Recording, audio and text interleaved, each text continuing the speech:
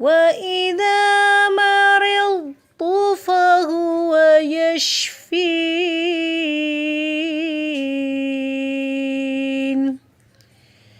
السلام علیکم ورحمۃ اللہ وبرکاتہ۔ قیامت کے دن عیادت نہ کرنے والے سے اللہ تعالیٰ سوال کریں گے۔ کیا کریں گے اللہ تعالیٰ؟ میں بیمار تھا، تو نے میری عیادت نہیں کی۔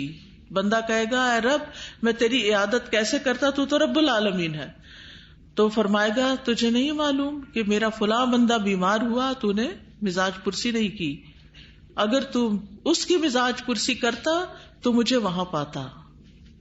تو جو اللہ کا قرب چاہتا ہے وہ بیمار کی بیمار پرسی اس نیت سے بھی کرے۔ اور واقعی آپ دیکھیں گے کہ جب آپ کسی بیمار کو دیکھنے کے لیے جاتے ہیں تو کیا ہوتا ہے؟ دل نرم ہوتا ہے نا، دل میں خوشی آتی ہے۔ اور پھر آ کے اگر نماز پڑھتے ہیں تو وہ نماز کیسی ہوتی ہے؟ بہت بہترین ہوتی ہے۔ نبی صلی اللہ علیہ وسلم بھی صحابہ کی عیادت کیا کرتے تھے، حالانکہ آپ کتنے مصروف تھے۔ ابو عباد بن ظاہر کہتے ہیں میں نے عثمان رضی اللہ عنہ کو ایک مرتبہ دوران خطبہ یہ کہتے ہوئے سنا، اللہ کی قسم ہم لوگ سفر اور حضر میں رسول اللہ صلی اللہ علیہ وسلم کے ساتھ رہے، آپ ہمارے بیماروں کی عیادت کرتے تھے، ہمارے جنازوں میں شرکت کرتے تھے، ہمارے ساتھ جہاد میں شریک ہوتے، تھوڑے اور زیادہ کے ساتھ ہماری غم خواری فرماتے، یعنی جو غمگین ہوتا ہے اس کو دلاسا دیتے۔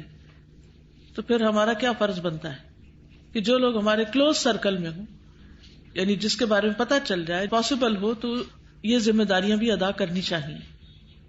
حالت اعتکاف میں بھی مریض کا حال پوچھا جاتا ہے۔ حضرت عائشہ کہتی ہیں کہ اگر میں حالت اعتکاف میں گھر میں حاجت کے لیے داخل ہوتی اور اسی گھر میں مریض ہوتا تو چلتے چلتے مریض کی حالت کے بارے میں بھی پوچھ لیتی۔ یعنی حضرت عائشہ اعتکاف کے دوران جیسے گھر میں حاجت وضو وغیرہ کرنے نہانے کے لیے جاتی ہوں گی، مسجد سے مسجدوں کے اندر اس طرح کے انتظام تو نہیں تھے جو آج ہیں، تو قریبی گھر میں ہی جا کے اپنی ضرورت پوری کرتی ہوں گی۔ تو وہ کہتی ہیں کہ اگر اس گھر میں کوئی مریض ہوتا تو میں اس کا بھی حال پوچھ لیتی تھی۔ یعنی اعتکاف میں اور خریداری اور بازاروں میں گھومنا اور کھانا پکانا اور یہ کام تو نہیں ہوتے، لیکن مریض کی عادت اس میں بھی کی جا سکتی۔ فرشتے بھی نیک انسانوں کی عادت کرتے ہیں۔ جی، نبی صلی اللہ علیہ وسلم نے فرمایا بے شک بعض لوگ مسجدوں کی میخیں ہیں، فرشتے ان کے ہم نشین ہوتے ہیں، اگر وہ غائب ہو جائیں انہیں تلاش کرتے ہیں، آ کیوں نہیں رہے، کہاں گئے؟